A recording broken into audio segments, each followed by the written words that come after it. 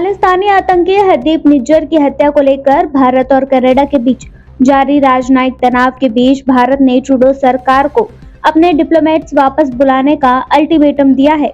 मोदी सरकार ने कनाडा से 10 अक्टूबर तक भारत से 41 राजनयिक को वापस बुलाने के लिए कहा है। भारत ने साफ शब्दों में कहा है कि 10 अक्टूबर के बाद भी अगर ये राजनयिक भारत में रहते हैं तो इनकी राजनयिक छूट भी खत्म कर दी जाएगी। अंग्रेजी अखबार फाइनेंशियल टाइम्स की रिपोर्ट के मुताबिक फिलहाल भारत में कनाडा के 62 राजनयिक हैं, जिसे घटाकर मोदी सरकार ने 21 करने के लिए कहा है।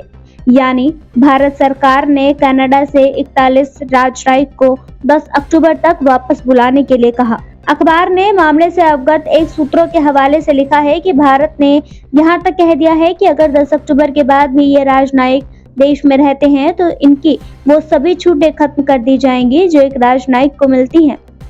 वेबसाइट ने आगे लिखा है कि कनाडाई विदेश मंत्रालय और भारत सरकार ने इस पर टिप्पणी करने से इनकार कर दिया है, लेकिन भारत ने डिप्लोमेट की संख्या को लेकर पहले ही कहा था कि दोनों देशों में राजनयिकों की मौजूदगी बराबर होनी चाहिए।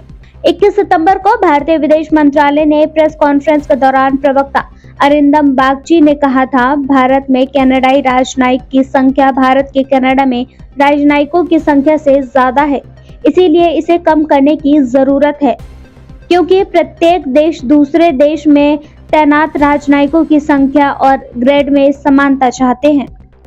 विदेशी मामलों और अंतर्राष्ट्रीय व्यापार पर कनाडाई सीनेट समिति के अध्यक्ष पीटर बोहेम के हवाले से वेबसाइट में आगे लिखा गया है कि भारत में मौजूद कनाडा के अतिरिक्त राजनयिक को लेकर भारत सरकार के फैसले से स्थिति और बिगड़ेगी।